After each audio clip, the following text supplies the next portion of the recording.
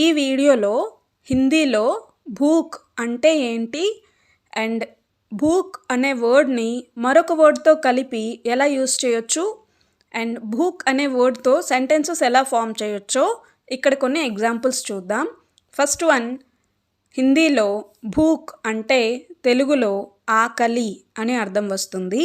భూక్ లగే thumb అంటే ఆకలి వేసేటప్పుడు. భూక్ నహీ లగ్తీ తో కైసే ఖాऊं అంటే ఆకలి వెయ్యకపోతే ఎలా తినను అని అర్థం వస్తుంది.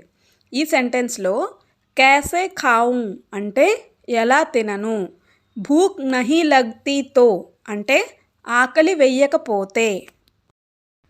హిందీలో భూఖే మత్ రహో అంటే తెలుగులో ఆకలితో ఉండొద్దు అని అర్థం వస్తుంది. ఈ సెంటెన్స్లో భూఖే అంటే తెలుగులో ఆకలితో. ఇదే సెంటెన్స్ని మనకంటే పెద్దవాళ్ళకి విత్ రెస్పెక్ట్తో చెప్పాల్సి వచ్చినప్పుడు భూఖే మత్ రహియే అని చెప్పాలి, అంటే ఆకలితో ఉండకండి.